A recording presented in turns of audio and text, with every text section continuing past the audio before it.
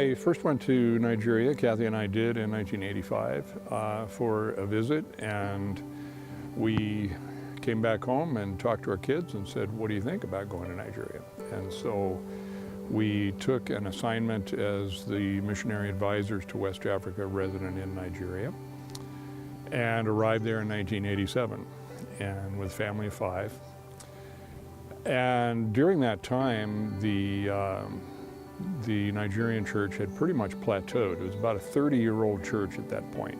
This is deep into Nigeria, and these are places that a missionary had never been, a white man had never been, and so it was quite an experience.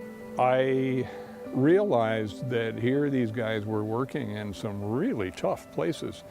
I mean, these villages are fraught with witchcraft and juju, a lot of pressure on Christian churches, on churches where the Spirit of Christ is moving in their midst. There's a lot of spiritual warfare going on. I went there thinking I'd make a big difference. I'd really make a big splash and, you know, be the savior of the work or something. I thought I would make a big difference, and I really didn't.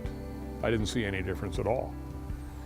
And after a period of years, it took me 2.5 years to visit probably 300-400 villages. None of these are on maps. I mean, it's dirt roads, really some tough travel.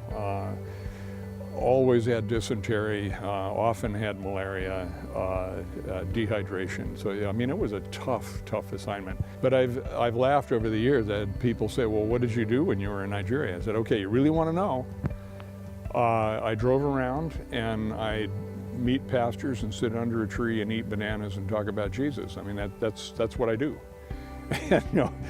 And that doesn't sell newsletters very well. I mean, that doesn't raise funds. People aren't too interested in that. But that's basically what I did.